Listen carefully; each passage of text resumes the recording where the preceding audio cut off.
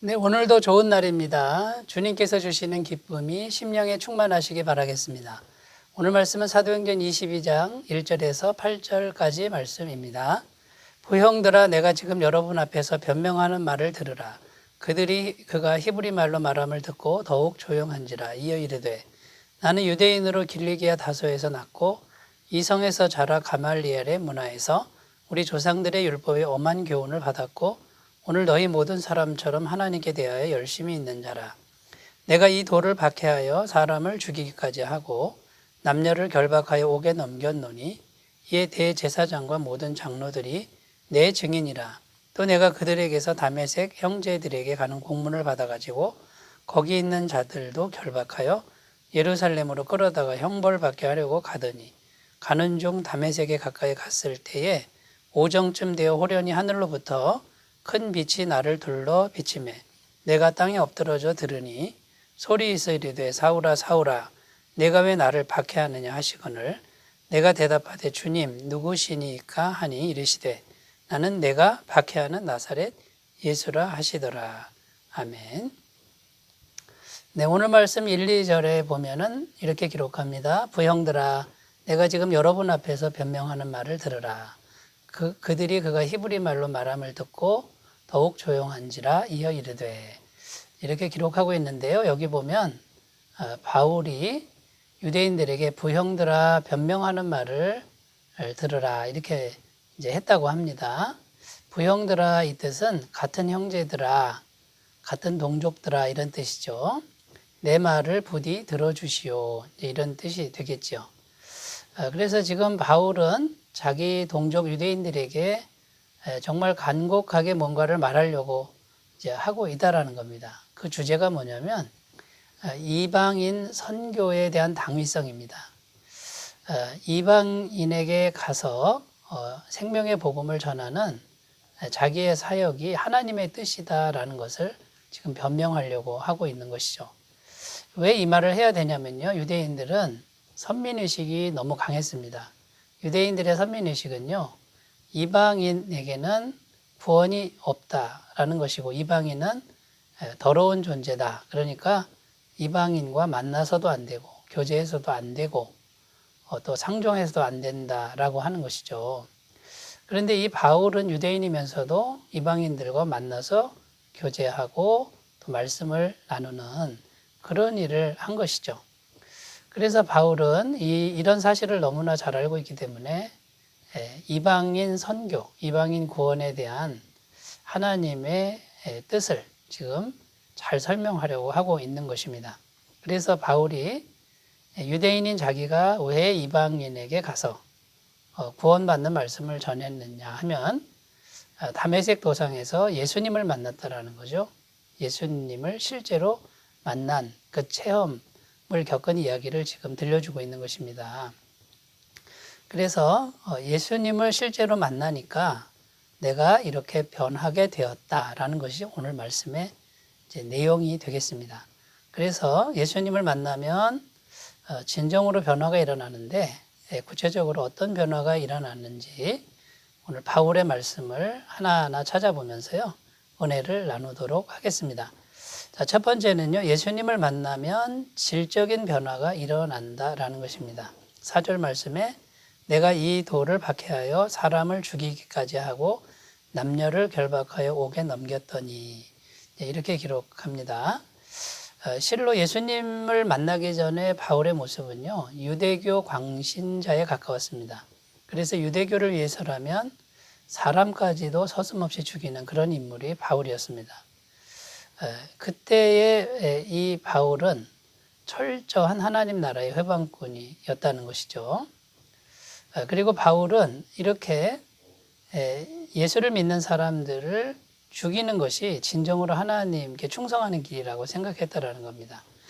그래서 바울은 이런 자신을 회상하면서 서신서에 죄인 중에 내가 괴수다라고 이렇게 고백한 적이 있습니다. 자, 그런데 이런 바울이 예수님을 다메섹 도상에서 실제로 만났다는 겁니다. 만나고 나서 변화되었는데 완전히 달라졌습니다. 죄인 중에 괴수가 의인 중에 의인이 되었다라는 것이고요.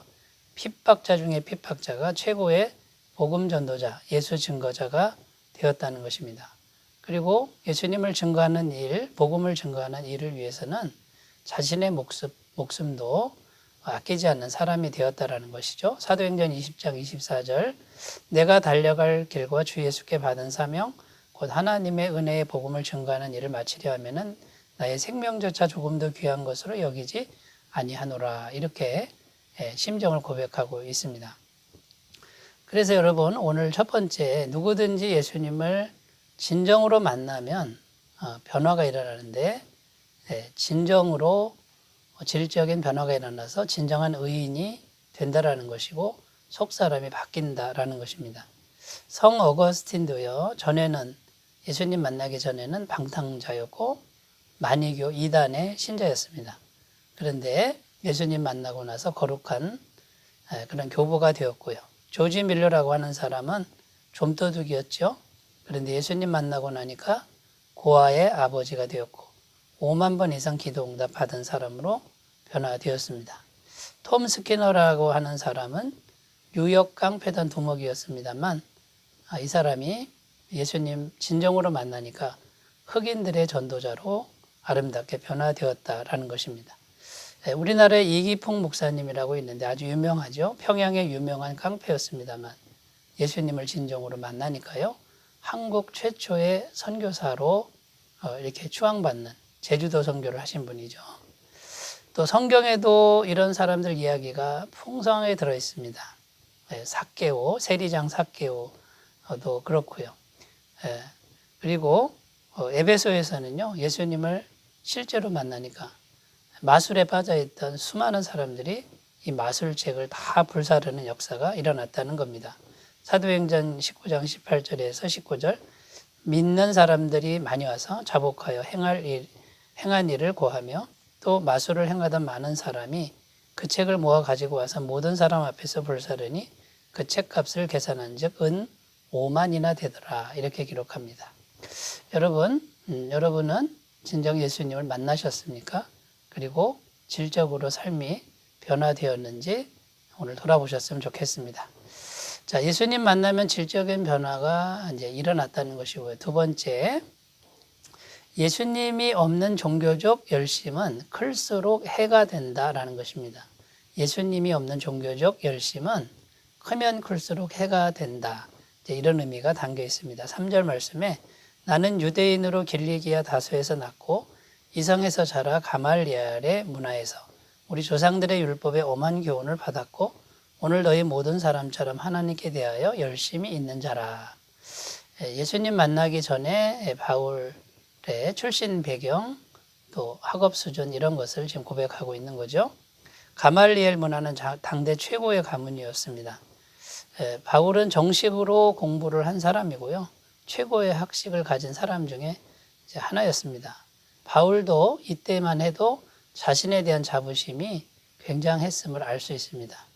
빌립보서 3장 4절 5절 말씀에 보면 그러나 나도 육체를 신뢰할 만하며 만일 누구든지 다른 이가 육체를 신뢰할 것이 있는 줄로 생각하면 나는 더욱 그러하리니 나는 8일 만에 할례를 받고 이스라엘 족속이요 베냐민 지파요 히브리인 중에 히브리인이요 율법으로는 흠이 없는 자라.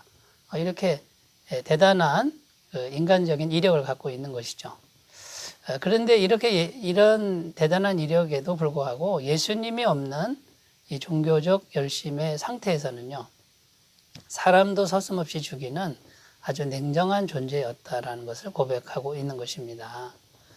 여러분, 예수님이 없는 그런 종교적 열심은 크면 클수록 이렇게 해가 된다라는 것을 말해주고 있는 겁니다.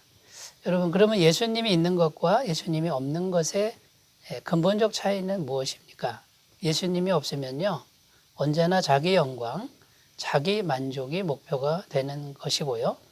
예수님이 계신다 그러면 이제는 자기 영광, 자기 만족은 내려놓고 예수님 영광, 예수님 중심이 되어서 살아간다라는 것입니다. 그러므로 진정한 열심은 나의 영광을 구하는 게 아니라 나의 영광을 예수님 앞에 복종시키는 그런 열심이 성경에서 말하는 진정한 열심이라고 할 수 있겠습니다. 여러분 우리 주위를 둘러보면 정말 사람을 힘들게 하는 사람들을 종종 볼 수 있습니다. 그 사람들의 특징이 뭡니까? 하나같이 자기중심적이고 자기 욕심이 많은 사람들의 특징을 보여주고 있다는 것입니다. 여러분 우리는 우리 자신이 자기중심적이진 않은지 자기 만족만을 추구하지는 않는지 돌아보셨으면 좋겠습니다. 자, 예수님을 만난 바울의 고백이 오늘 우리의 고백이 되었으면 좋겠습니다. 빌립보서 3장 8절 9절에 또한 모든 것을 해로 여기면 내 주 그리스도 예수를 아는 지식이 가장 고상하기 때문이라. 내가 그를 위하여 모든 것을 잃어버리고 배설물로 여김은 그리스도를 얻고 그 안에서 발견되려 함이니 내가 가진 의는 율법에서 난 것이 아니요 오직 그리스도를 믿음으로 말미암은 것이니 곧 믿음으로 하나님께로부터 난 의라. 이제 자기가 인간적으로 대단하다고 여겼던 것을 배설물로 여기고 예수님께 복종시키고 예수님 영광을 위해서 산다라는 이 고백이 우리의 고백이 되었으면 좋겠습니다. 자, 세 번째 예수님 만나면요. 말씀이 들리기 시작한다라는 것입니다. 7절 8절 내가 땅에 엎드러져 들으니 소리 있어 이르되 사울아 사울아 내가 왜 나를 박해하느냐 하시거늘 내가 대답하되 주님 누구시니까 하니 이르시되 나는 내가 박해하는 나사렛 예수라 하시더라. 자, 이렇게 기록합니다. 자, 이 구절은 한마디로 말해서 예수님을 진짜 만나니까 말씀이 들렸다는 것입니다. 자, 어떻게 이런 일이 가능하냐면요. 예수님 만나면 예수님을 향한 마음이 아주 겸손해지기 때문이라는 겁니다. 왜 겸손해지냐면요. 하늘에서 빛을 경험했죠. 이 빛이 신적인 빛입니다. 예수님의 영광을 경험하니까 죄인된 우리가 고꾸라지는 것이죠. 바울도 말에서 굴러 떨어졌다라고 말하고 있는 겁니다. 그래서 이 신적인 영광을 경험하면 우리 죄인은 압도당하고 겸손해진다라는 것이고요. 이 영광 속에서 겸손해지니까 말씀이 들리는 겁니다. 모세도 호렙산에서 하나님의 음성을 들었다고 증언합니다. 출애굽기 3장 5절 하나님이 이르시되 이리로 가까이 오지 말라 내가 선 곳은 거룩한 땅이니 내 발에서 신을 벗으라. 이렇게 하나님의 영광을 경험하면 음성이 들립니다. 또 베드로도 누가복음 5장 8절에 보면 시몬 베드로가 이를 보고 예수의 무릎 아래 엎드려 이르되 주여 나를 떠나소서 나는 죄인이로소이다. 예수님의 신성을 경험하고 난 베드로가 자기의 죄인됨을 고백하는 겸손함을 보여주고 있습니다. 여러분 말씀이 들리면 진정한 변화가 일어난 것입니다. 말씀이 들리는 사람이 새롭게 변화되죠. 모세는 민족을 구원하는 위대한 종이 되었고 베드로는 수많은 영혼을 낚는 어부가 되었다라는 사실입니다. 여러분 그러므로 우리는 겸손한 태도로 하나님의 임재를 구하고 말씀을 구하시는 사람이 되시기 바라겠습니다. 시편 34편 18절 여호와는 마음이 상한 자를 가까이 하시고 충심으로 통회하는 자를 구원하시는도다. 이런 태도로 구하시는 분에게 풍성한 말씀을 허락하실 줄로 믿습니다. 말씀이 들리는 은혜가 날마다 있으시기 바라겠습니다. 기도합니다. 하나님 아버지 감사합니다. 사도 바울이 예수님을 만나서 진정으로 변화된 것처럼 우리도 날마다 진정으로 변화되게 하옵소서. 예수님의 이름으로 기도드립니다. 아멘. 오늘도 주님의 임재가 충만하시기 바라겠습니다. 감사합니다.